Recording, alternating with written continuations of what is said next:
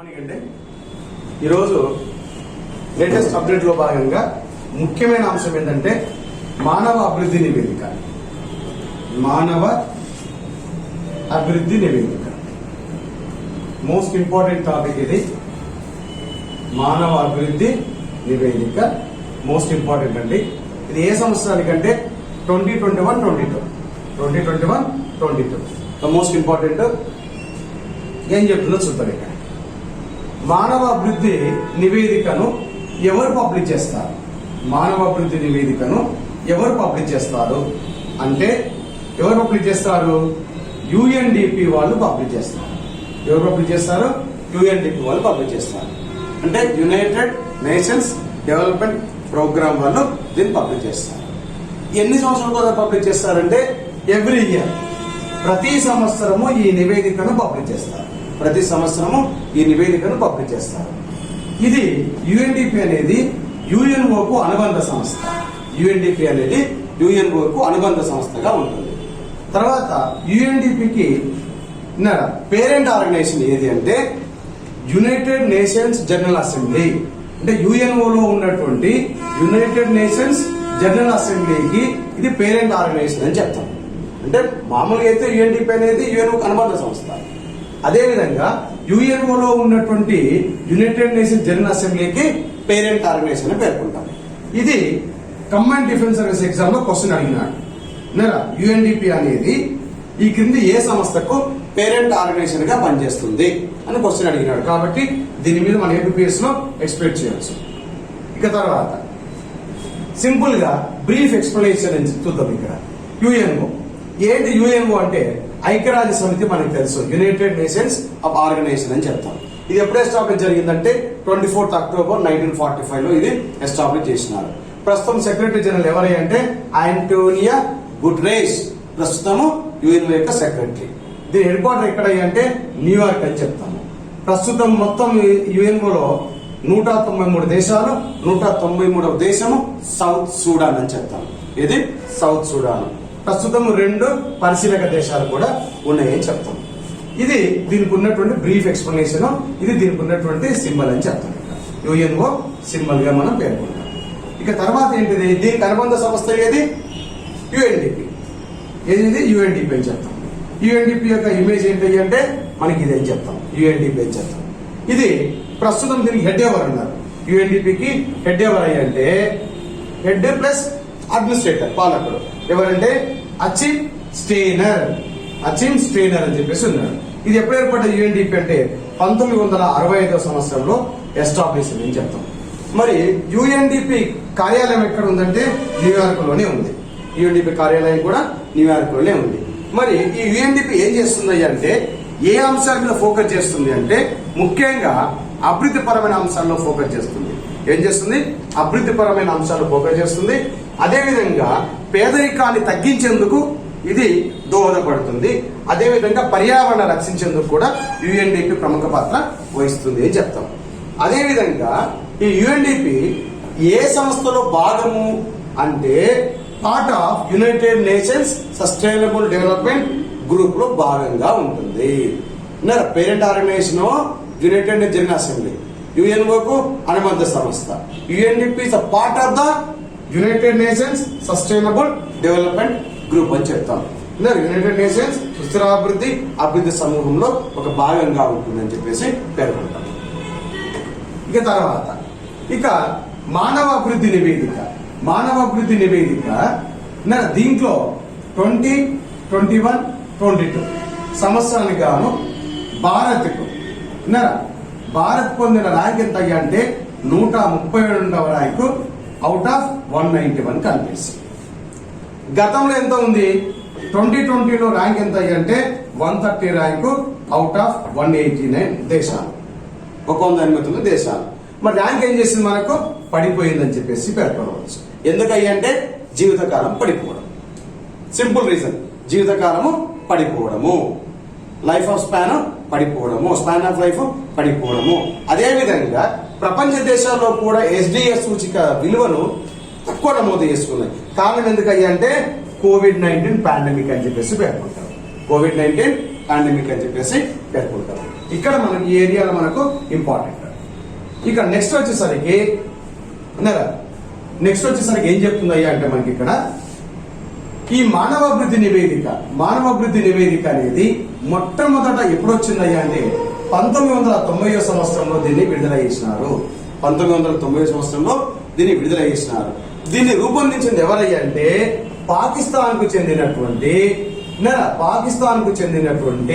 మహబూబ్ ఉల్ హక్ అనే వ్యక్తి మానవాభివృద్ధి నివేదికను ఫార్ములేట్ చేయడం జరిగింది.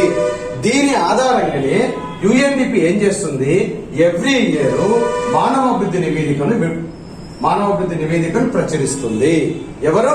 యుఎన్డిపి వాళ్ళు. ఎవరి ఆధారంగా?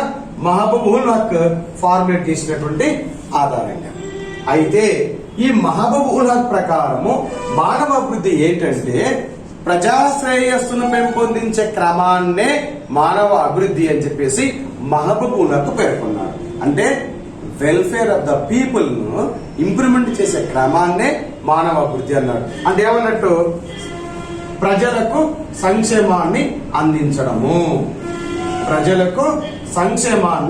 అందించడము. ప్రజాశ్రేయస్సు అంటేనే వెల్ఫేర్.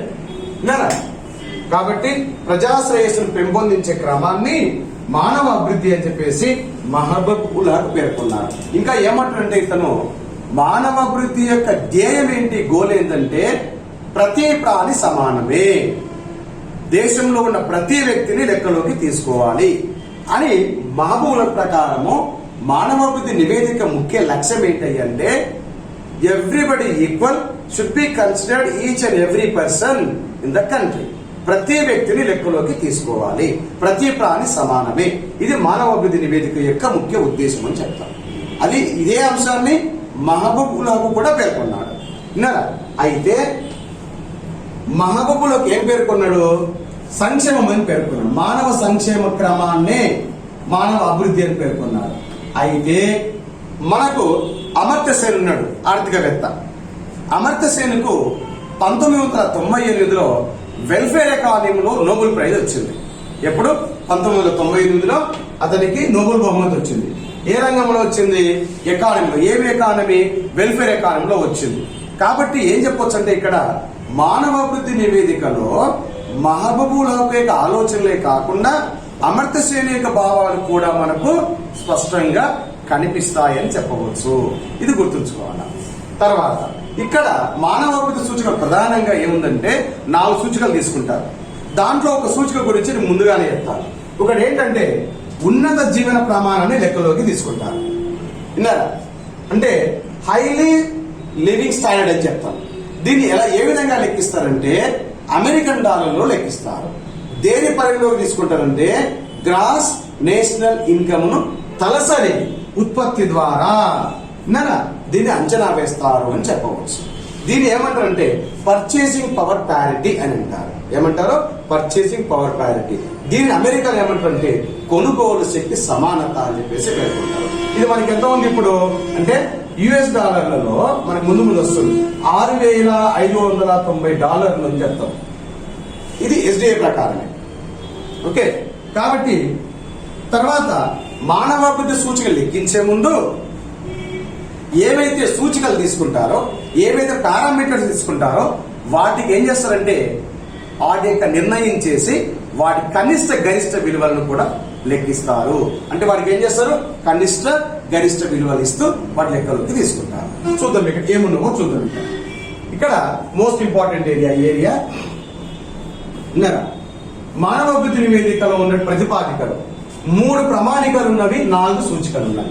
3 ప్రమాణికలు ఉన్నవి, 4 ఇండెక్స్లు ఉన్నాయి. 3 ప్రమాణికలు ఏవయ్యా అంటే ఒకటి దీర్ఘకాలిక ఆరోగ్యవంతమైన జీవితము. అంటే ఏం చెప్తాము ఇక్కడ మనము ఆరోగ్యాన్ని ప్రధానంగా తీసుకుంటాము. జ్ఞాన సముపార్జన అవకాశాలు అంటే ఏం చెప్తాము ఇక్కడ? దీన్నే మనము ఎడ్యుకేషన్ అంటాము, తర్వాత నాలెడ్జ్ అని పిలుస్తాం. ఎడ్యుకేషన్ అండ్ నాలెడ్జ్ అని చెప్పేసి పిలుస్తాం. ఇది ప్రధానంగా మనము లెక్కలోకి తీసుకుంటాం. మెరుగైన జీవన ప్రమాణము దీన్ని ఎలా లెక్కిస్తాం? ఇందాక చెప్పినట్టు GNI ఆధారంగా లెక్కలోకి తీసుకుంటాం, పరికబిడ్డ ఆధారంగా లెక్కలోకి తీసుకుంటాం. ఇవి 3 ప్రమాణాలు. ఒక్కొక్క ప్రమాణం కింద మరొక అంశం సూచిక అని చెప్తాం. వీటి ఏమంటాము? సూచికలు, ఇండెక్స్లు అని పిలుస్తాం. మొట్టమొదటి ఏంటిది? నవజాత శిశువుల జననము అంటే లైఫ్ ఎక్స్పెక్టెన్సీ ఎట్ బర్త్. దీన్ని మనం ఒక సూచికగా తీసుకుంటాం. తర్వాత ఏం చెప్తాము? సగటు పాఠశాల విద్యాభ్యాసము, యావరేజ్ స్కూలింగ్ అని చెప్తాం. Average schooling. తర్వాత పాఠశాల విద్యాభ్యాసము, మీన్ ఆఫ్ స్కూలింగ్ అని చెప్తాం. ఇదేం చెప్తుంది? ఎడ్యుకేషన్ నాలెడ్జ్ కి సంబంధించిన అంశాలు. ఇక 4వ సూచిక ఏంటంటే యావరేజ్ గ్రాస్ నేషనల్ ఇన్కమ్.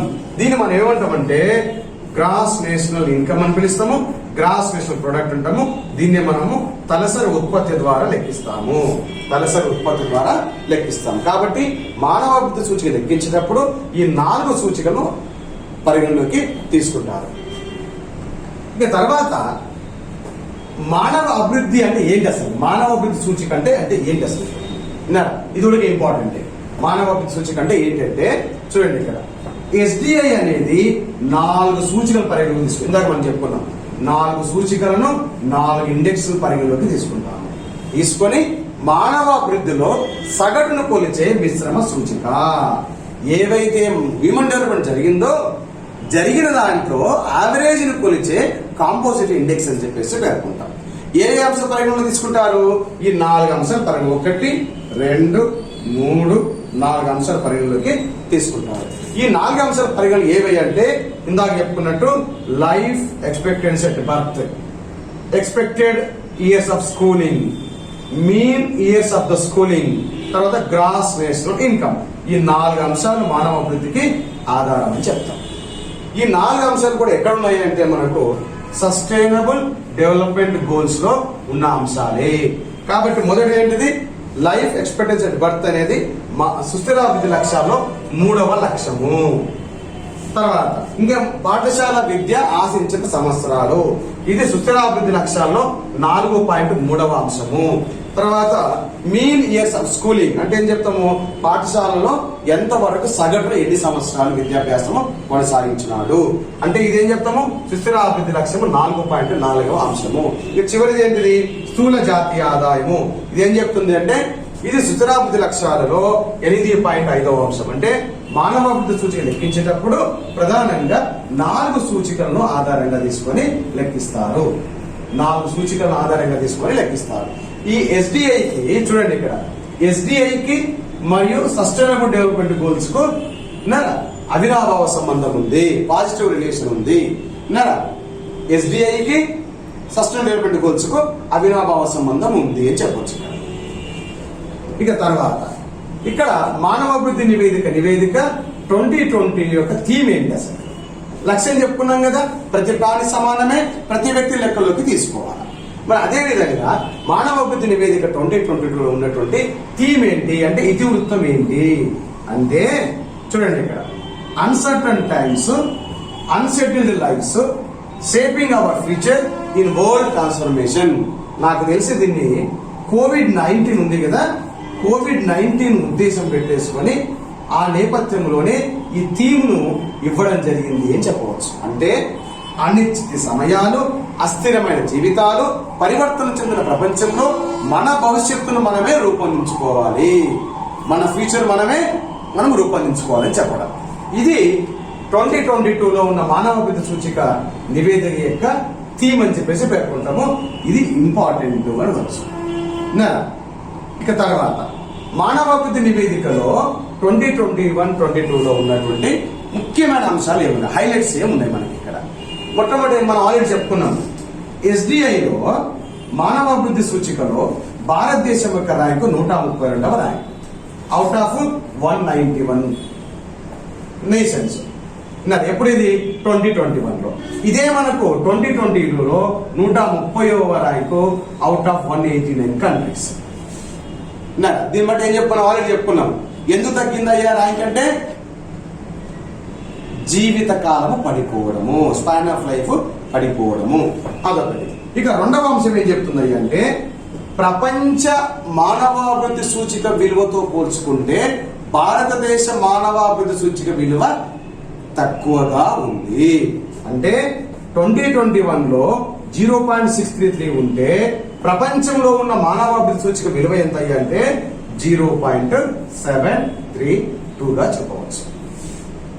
అదేవిధంగా లైఫ్ ఎక్స్పెక్టెన్సీ ఇన్ 2021లో జీవితకాలం ఎంత ఉన్నదంటే 2021 సంవత్సరంలో 67.2 సంవత్సరాలు ఉంటే అదే 2022 ఎంత ఉన్నదండి 69.7 సంవత్సరాలు ఉన్నది. కాబట్టి ఏం చెప్తాము, ఆయుర్దాయం తగ్గిపోయింది.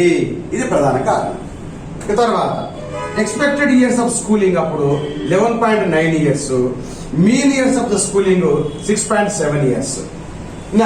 అదే విధంగా గ్రాస్ నేషనల్ ఇన్కమ్ ఎంత వచ్చింది మనకు ఇందాక చెప్పుకున్నట్టు, దీన్ని అమెరికన్ డాలర్స్ లెక్కిస్తామని ఆల్రెడీ చెప్పుకున్నాము. 6,590 రూపాయలు యుఎస్ డాలర్లో దీన్ని పరిగణలోకి తీసుకుంటారు. తర్వాత ఇక్కడ పైన 4 సూచికలు చెప్పుకున్నాం కదా, 4 సూచికలు ఏ విధంగా అర్థం చేసుకోవాలి, ఏ విధంగా లెక్కిస్తారు. ఒకటి హెల్త్ ఫ్యాక్టర్.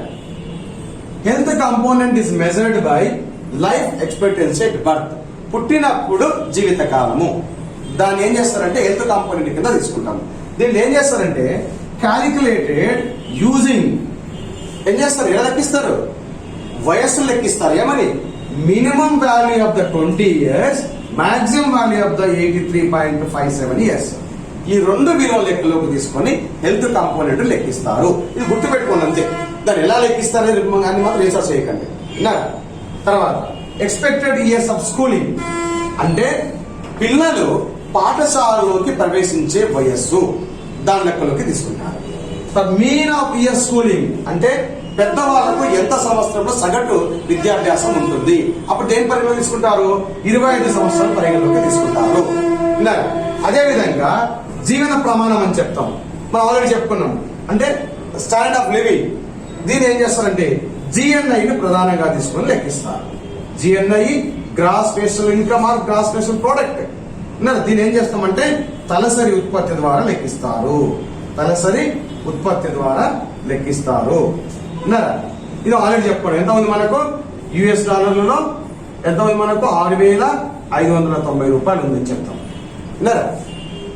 ఇది ఈ విధంగా వీటి 4వ సూచికలను ఈ బేస్ గా తీసుకొని లెక్కిస్తారు.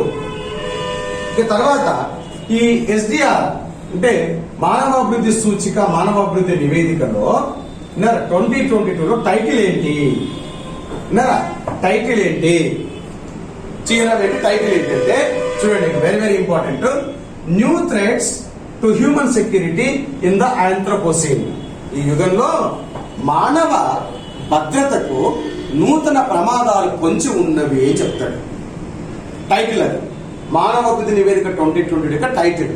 అంటే has been released which examine cluster of threats arising from.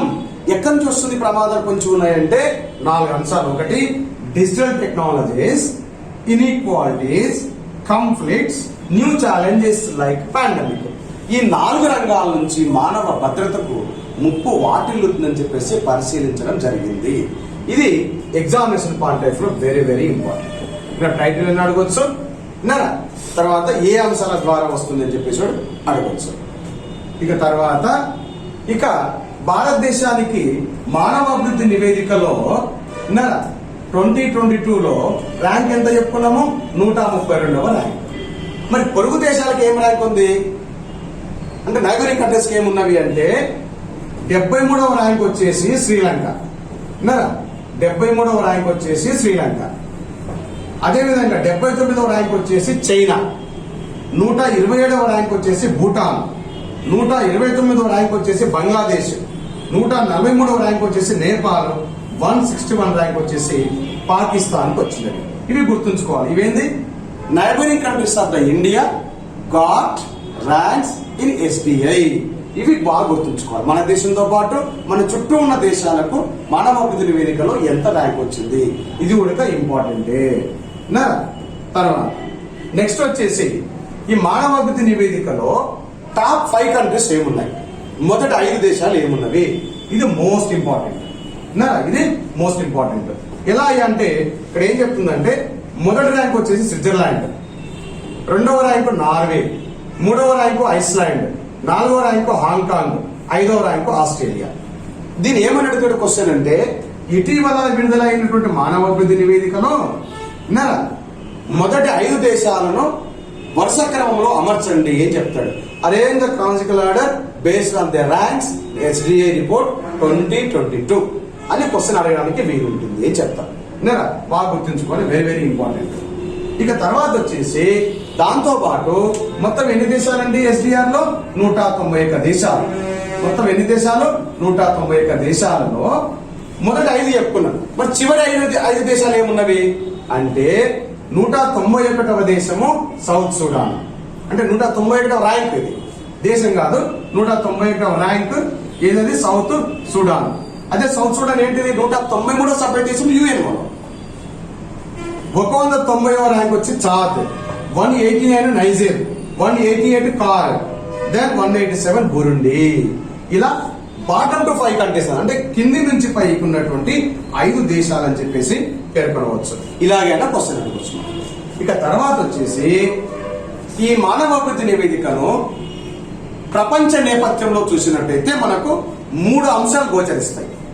మానవాభివృద్ధి నివేదికను మన ప్రపంచ నేపథ్యంలో గమనించినట్టయితే 3 అంశాలు గోచరిస్తాయి.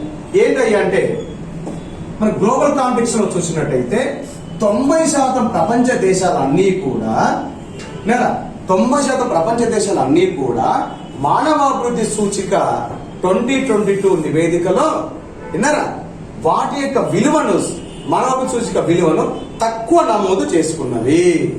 ఏం చెప్తుంది? 90% ప్రపంచ దేశాలన్నీ కూడా మానవాభివృద్ధి సూచిక విలువను తక్కువగా నమోదు చేసుకున్నాయి అని నివేదిక పేర్కొంటుంది. కారణాలు ఏంటంటే ఇక్కడ 2 కారణాలు చెప్పచ్చు ప్రధానంగా. ఒకటి ఏం చెప్తుందంటే, మనకు సస్టైనబుల్ డెవలప్మెంట్ గోల్స్ ఉన్నాయి. మనకు సస్టైనబుల్ డెవలప్మెంట్ అంటే సుస్థిరాభివృద్ధి గోల్స్ ఉన్నాయి. వాటిని సక్రమంగా ఇంప్లిమెంట్ చేయకపోవడము, వాటి మీద పద్ధతిగా ప్రణాళికాబద్ధంగా దృష్టి సారించకపోవడము. అందుకోసమే రిపోర్ట్ ఇట్ సెల్ఫ్ కోటెడ్ ఏమని, the reversing much of the progress towards the sustainable development goals. అంటే సుస్థిరాభివృద్ధి లక్ష్యాలను వీళ్ళు రివర్స్ అంటే కరెక్ట్ గా ఫాలో కావలేకపోవడము, అదొక కారణం. ఇక 2వ కారణం ఏంటంటే, లైఫ్ స్పాన్ అనేది తగ్గిపోవడము, డ్రాప్ ఇన్ లైఫ్ ఎక్స్పెక్టెన్సీ. ఎందుకంటే 2019లో ఒక మనిషి జీవిత కాలము 72.8 సంవత్సరాలు ఉంటే 2021లో 71.4 సంవత్సరాలకు తగ్గింది. అంటే ఆయుర్దాయము పడిపోవడము. ఇవి 2 కారణాలు అని చెప్పేసి SDA itself quoted. Okay, తర్వాత ఇది మనకు సివిల్స్, గ్రూప్ 1 మెయిన్స్ రాసే వాళ్ళకు విశ్లేషణ చేయడానికి ఉపయోగపడుతుంది. సివిల్స్ వాళ్ళు, గ్రూప్ 1 మెయిన్స్ రాసే వాళ్ళకు అనాలిసిస్ గా రాసేందుకు ఇది ఉపయోగపడుతుంది. కాబట్టి జస్ట్ చూడండి, కాస్త గుర్తుంచుకోండి చాలు ఇది. ఇక తర్వాత ఇది ఇంపార్టెంట్, ఇది అందరికీ ఇంపార్టెంట్. విన్నారా, ఇది అందరికీ ఇంపార్టెంట్. ఏం చెప్తుంది అంటే, దేశం యొక్క ర్యాంక్, ఇండియా ర్యాంక్ వచ్చి ఎంత? 132 చెప్పుకున్నాం. అదే చైనా ర్యాంక్ ఎంత? 79 చెప్పుకున్నాం. స్విట్జర్లాండ్ ర్యాంక్ ఎంత? మొదటి ర్యాంక్ అని చెప్పుకున్నాం. తర్వాత SDA యొక్క స్కోర్ ఎంత అంటే 0.633. అది ప్రపంచవ్యాప్తంగా ఏం చెప్పుకున్నాం ఇందాకనే, 0.73 అని చెప్పుకున్నాం. దీంతో పోలిస్తే భారతదేశం యొక్క SDA సూచిక తక్కువనే. మరి చైనా 0.768, స్విట్జర్లాండ్ 0.962. కాబట్టి మొదటి స్థానం, మొదటి ర్యాంక్ అని చెప్తాం. అదేవిధంగా జీవితకాలం, భారతదేశంలో సగటు జీవితకాలం 67.2 సంవత్సరాలు. 67.2 సంవత్సరాలు. అదే ప్రపంచంలో సగటు జీవితకాలం ఎంత? 71.4 సంవత్సరాలు. తర్వాత చైనా వచ్చేసి 78.2 సంవత్సరాలు. స్విట్జర్లాండ్ లో ఏకంగా ఒక వ్యక్తి జీవితకాలము 84 సంవత్సరాలు. కాబట్టి మొదటి స్థానంలో ఉంది. ఇక తర్వాత ఎక్స్పెక్టెడ్ ఇయర్ స్కూలింగ్. ఎక్స్పెక్టెడ్ అంటే ఆశించినటువంటి విద్యా అభ్యాసం. ఇండియాలో 11.9 ఇయర్స్. ఇక వరల్డ్ వైడ్ చూసుకుంటే 12.8, చైనాలో 14.2, అది స్విట్జర్లాండ్ 16.5 సంవత్సరాలు. మరి మీన్ ఇయర్స్ ఆఫ్ స్కూలింగ్ అంటే సగటు విద్యాభ్యాసం, పాఠశాల సగటు విద్యాభ్యాసం ఇండియాలో 6.7 సంవత్సరాలు, ప్రపంచవ్యాప్తంగా తీసుకుంటే 8.6, చైనా పరంగా తీసుకుంటే 7.6, స్విట్జర్లాండ్ 13.9 సంవత్సరాలు. ఇక తర్వాత living of the stand of living తీసుకుంటే దేని ఆధారంగా లెక్కిస్తాం? దీన్ని జిఎన్ఐ ఆధారంగా తీసుకుంటాము, పర్ క్యాపిటల్ ఉత్పత్తి ఆధారంగా తీసుకుంటాం. దీన్ని ఎలా కొలుస్తారు? యుఎస్ డాలర్లో కొలుస్తారు. ఎంత? భారతదేశంలో 6,590 రూపాయలు డాలర్స్. అదే మనకు ప్రపంచవ్యాప్తంగా తీసుకుంటే 16,752, చైనాలో 17,504 యుఎస్ డాలర్స్. అదే స్విట్జర్లాండ్ మొదటి ర్యాంకులో ఉన్న స్విట్జర్లాండ్ ఏంటంటే చూడండి 66,933 యుఎస్ డాలర్స్. కాబట్టి మొదటి స్థానంలో ఉంది. ఒక్కసారి స్విట్జర్లాండ్ ఇండియాని కంపేర్ చేయండి. మనకెంత ఇక్కడ పర్ క్యాపిటల్ ఇన్కమ్ ఎంత? 6,590 యుఎస్ డాలర్స్. అదే స్విట్జర్లాండ్ తీసుకుంటే 66,933 యుఎస్ డాలర్స్. అది పొందండి లేదు.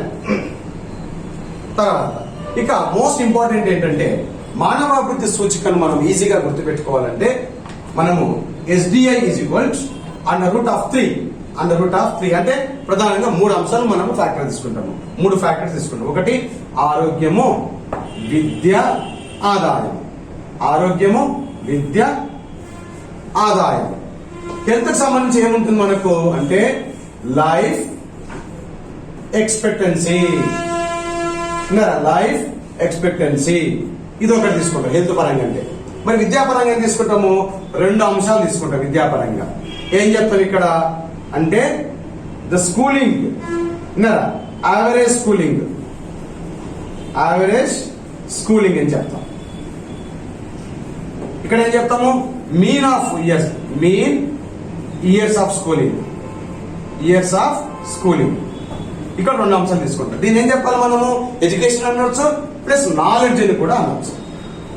ఎందుకంటే ఎగ్జామ్ లో ఒక్కొక్కసారి ఇలా ఇవ్వకుండా నాలెడ్జ్, జ్ఞాన సముపార్జన అడుగుతారు. ఇక ఇన్కమ్ మనం ఏం తీసుకుంటామంటే మనం ఏం చెప్తున్నాము? జిఎన్ఐని తీసుకుంటాము, gross national product or gross national income తీసుకుంటాము. దీన్ని ఏం చెప్తాము? తలసరి ఉత్పత్తిలో తీసుకుంటాం. మనం ఎంత అని చెప్పుకున్నాము? యుఎస్ డాలర్లలో ఎంత? 6,590 డాలర్లు అని చెప్పేసి పేర్కొంటాం. ఇది సింపుల్ గా గుర్తుపెట్టుకోవడానికి ఒక ఈక్వేషన్ మాత్రమే. అయితే ఇది ఆల్రెడీ ప్రీవియస్ క్వశ్చన్ అండి. 4 పిల్లర్స్ ఆఫ్ హ్యూమన్ డెవలప్మెంట్, మానవ అభివృద్ధికి 4 స్తంభాలు అని చెప్తాము, 4 ఫ్యాక్టర్స్ అని చెప్తాము.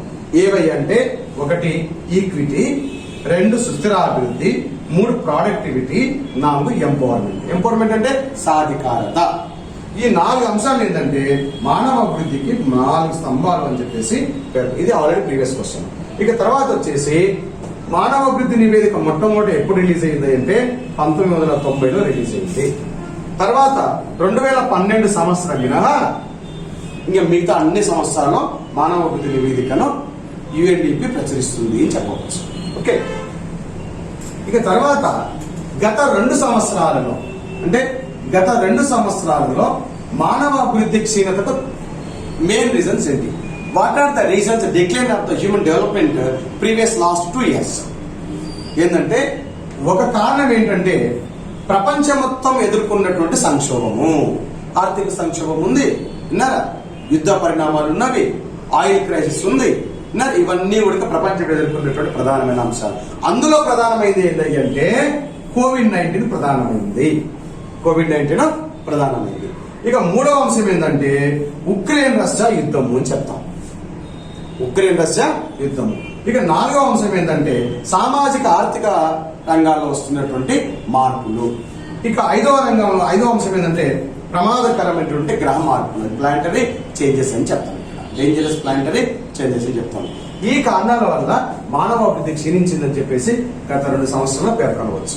అయినా కానీ ఇటీవల IMF international monetary fund head Kristalina Georgieva ఏమన్నారంటే ప్రపంచం మొత్తం ఆర్థిక వ్యవస్థ అనిశ్చితి ఉన్నప్పటికీ భారత ఆర్థిక వ్యవస్థ పటిష్టంగా ఉంది అని IMF international monetary fund head Kristalina Georgieva పేర్కొన్నారు. అంటే భారత ఆర్థిక వ్యవస్థ అనేది స్ట్రాంగ్ గా ఉంది అని చెప్పేసి ఆమె పేర్కొన్నది.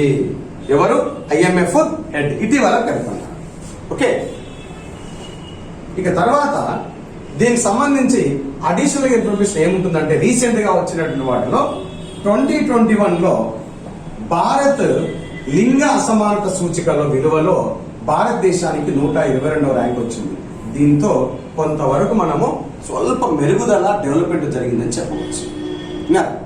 దాంతో పాటు UNDP united nations development programme, వీళ్ళు ఒక ఎస్డిఐనే రిలీజ్ చేస్తారా, దాంతో పాటు ఇతర నివేదికలు విడుదల చేస్తారంటే మొత్తం యుఎన్డిపి ఏం చేస్తుందండి, యుఎన్డిపి ఏం చేస్తుంది, మొత్తము 5 నివేదికలను విడుదల చేస్తుంది.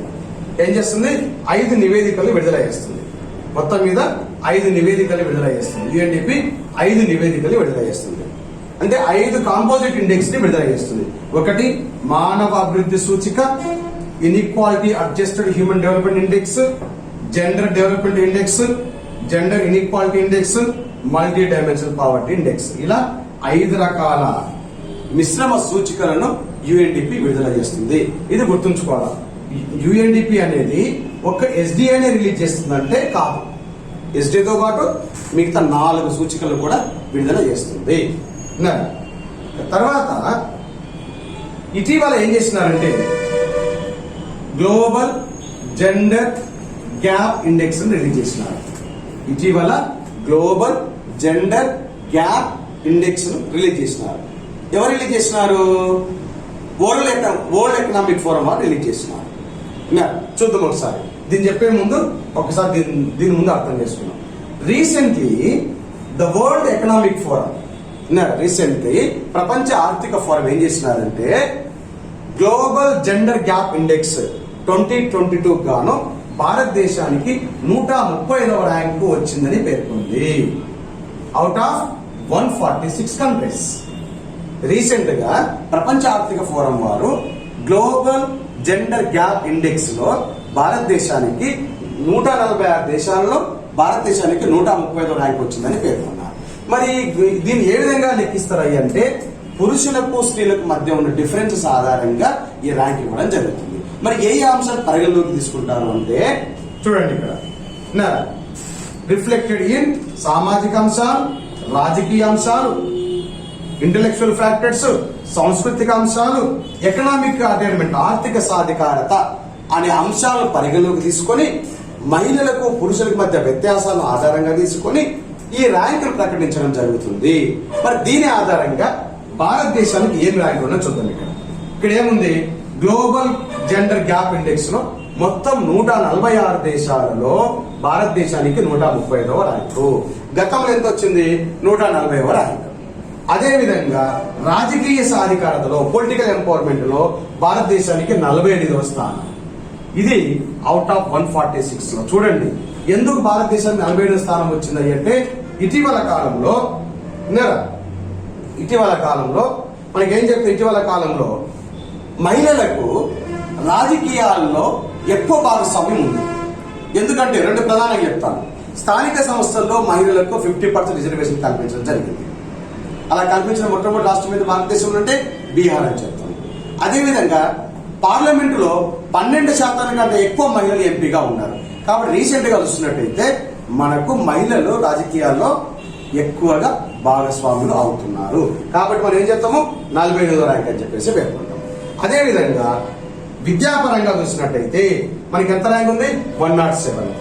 గ్లోబల్ జెండర్ గ్యాప్ ఇండెక్స్ చెప్పుకున్నాం. హెల్త్ పరంగా చూసినట్టయితే 146 అని చెప్పుకుంటాం. ఇది రీసెంట్ గా 2022లో 146 ర్యాంక్ ఆధారంగా వరల్డ్ ఎకనామిక్ ఫోరం వాళ్ళు రిలీజ్ చేసినటువంటి ర్యాంకులు అని చెప్తాం. ఇది మోస్ట్ ఇంపార్టెంట్, దీన్ని గుర్తుంచుకోవాలి. ఇక నెక్స్ట్ వచ్చేసరికి మనకు దీని ఏం చెప్తుందంటే ఈ యొక్క వరల్డ్ ఎకనామిక్ ఫోరం వాళ్ళు ఏం చెప్పినారంటే ఎందుకు మరి తగ్గుతూ వస్తుంది ర్యాంకు అని అంటే ఇక్కడ ఏమన్నారంటే డెస్పైట్ రైజింగ్ ఎడ్యుకేషన్ లెవెల్స్, భారతదేశంలో విద్యా వ్యవస్థ స్థాయి పెరుగుతున్నప్పటికీ డిక్లేరింగ్ ద ఫర్టిలిటీ, సంతాన సాఫల్యం అనేది మనకు అంతగా లేదు అని చెప్తారు.